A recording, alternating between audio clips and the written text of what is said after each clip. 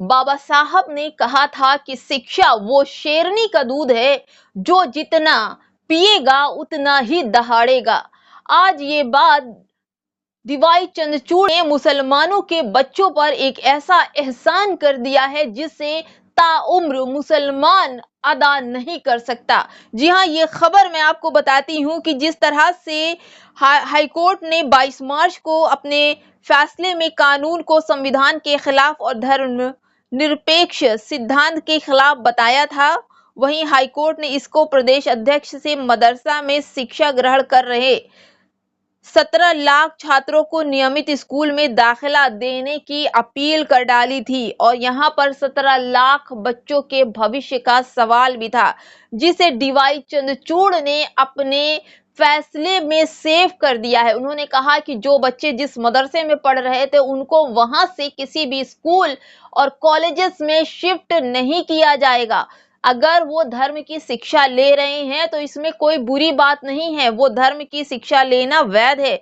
Supreme court ने UP मदरसा शिक्षा board अधिनियम 2014 का फैसला सुना दिया है, कोर्ट की वैधता में बरकरार रखा है। इसके साथ यह हाईकोर्ट के फैसले को पलट दिया है सुप्रीम कोर्ट ने। दरअसल पहले 5 अप्रैल 2024 को सुप्रीम कोर्ट ने मदरसा अधिनियम की असंवैधानिक करार देने वाले इलाहाबाद हाईकोर्ट के फैसले पर रोक लगा दी है। केंद्र और यूपी सरकार से जवाब भी मांगा था। 22 अक्टूबर को सुप्रीम कोर्ट ने कहा था कि हाईकोर्ट के फैसले से 17 लाख छात्रों पर असर पड़ेगा। छात्रों को दूसरे स्कूल में ट्रांसफर करने के निर्देश देना ठीक नहीं है।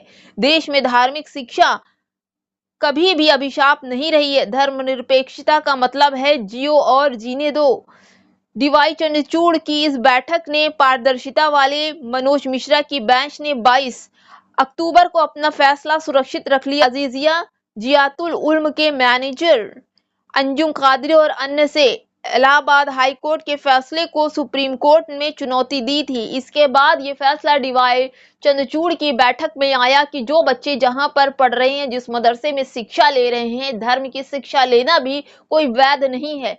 इन बच्चों को जीने दो। जहां पर अगर हम बात करें कि इस वक्त देश में चारों तरफ हाहाकार मचा हुआ है, जहां पर मुसलमानों को दंगों की आग में झोंक दिया जाता है, उनके मदरसों पर अटैक होता है, उनकी अजानों पर अटैक होता है, उनके हिजाब पर अटैक होता है, यहाँ तक कि उनके घरों में लगे झंडे भी उतार कर उनको परेशान किया जाता है।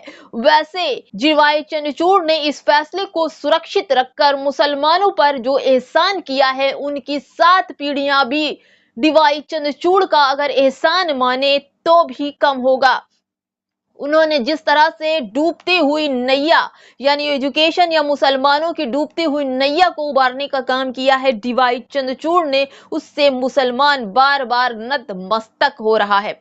हम आपको बता दें, अगर डीवाई चंद्रचूड़ का एक फैसला आया था जिसमें उन्होंने कहा था कि बाबरी मस्जिद यानी राम जन्मभूमि के फैसले पर उनको समझ में नहीं आ रहा था कि वो किस तरह का फैसला दें, और उन्होंने सारा कुछ भगवान के ऊपर छोड़ दिया था और उनके सामने बैठकर ये प्रार्थना कर रहे थे कि भगवान उनको सही रास्ता दिखाए। इस पर कुछ मुसलमानों की प्रतिक्रियाएं भी थी, लेकिन इस एजुकेशन वाले मुद्दे पर 17 लाख बच्चों के भविष्य पर सवाल उठाने वाले जो बैच थी, जो उत्तर प्रदेश सरकार थी, उसको नकारते हुए डीवाई चंद्रचूड़ ने मुसलमानों के बच्चों 17 लाख बच्चों को शिक्षा से वंचित होने से बचा लिया है। दोस्तों, फिलहाल दोस्तों अब मुसलमानों की बारी है कि वो अपने इन बच्चों को धर्म के साथ साथ दुनियावी शिक्षा भी देना बहुत ही जरूरी है, क्योंकि आने वाले समय में अगर एक रोटी खाइए लेकिन अपने बच्चों को पढ़ाइए, ऐसा कथन देने वाले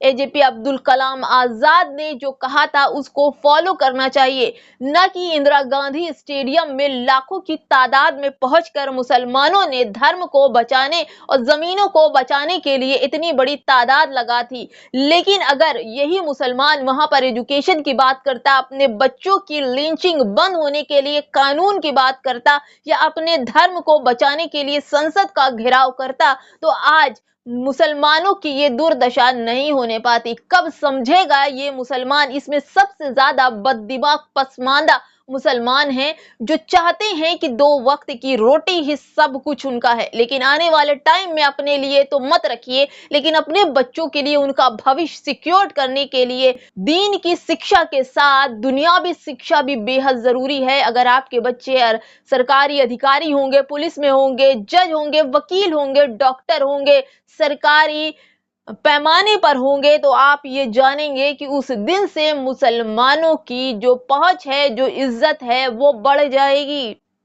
मुसलमानों का पावर बढ़ जाएगा। फिर किसी के मुंह में ये दांत नहीं होगा कि मुसलमान के घरों से झंडे निकाल दो, या फिर मुसलमानों को जबरदस्ती नारा लगवाओ, या उनकी बेटियों पर हिजाब पे पाबंदी लगाओ, या फिर उनकी आजानों पर अटैक करो। फिर दोस्तों, अगर आप सत्ता में होंगे तो आपको कोई भी कहने वाला नहीं होगा। फिलहाल मुसलमानों को डीवाई चंद्रचूड़ जी पर बहुत ही डीवाई चंद्रचूड़ जी का एहसान मानना चाहिए कि एक हिंदू समाज के होकर मुसलमान 17 लाख बच्चे का भविष्य अंधकार में डूबने से उन्होंने बचा लिया। फिलहाल दोस्तों, इस वीडियो में इतना ही। आपकी इस वीडियो पे क्या राय है, हमें कमेंट बॉक्स में जरूर बताइएगा। चलते हैं दोस्तों, आप देख रहे हैं पीडीएम न्यूज, मैं हूं आपकी दोस्त शैला। नमस्कार, जय भीम, जय संविधान।